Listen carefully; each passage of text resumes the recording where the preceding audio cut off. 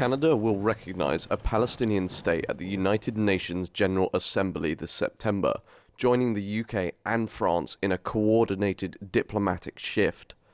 Canadian Prime Minister Mark Carney says the move hinges on Palestinian Authority reforms, including elections that exclude Hamas.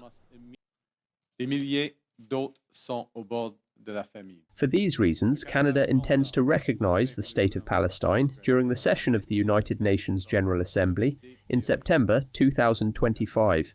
This intention is based on the willingness of the Palestinian Authority to undertake essential reforms, including the promise by its president, Mahmoud Abbas, to hold general elections in 2026 and not to militarise the Palestinian state.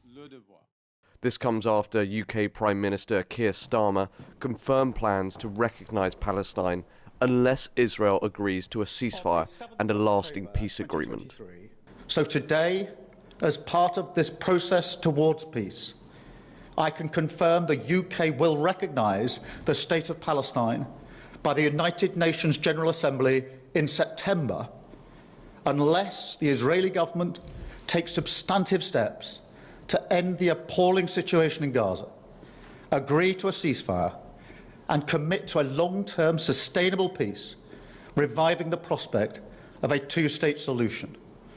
This move comes after French President Macron became the first G7 leader last week to publicly endorse recognising Palestine on the platform X.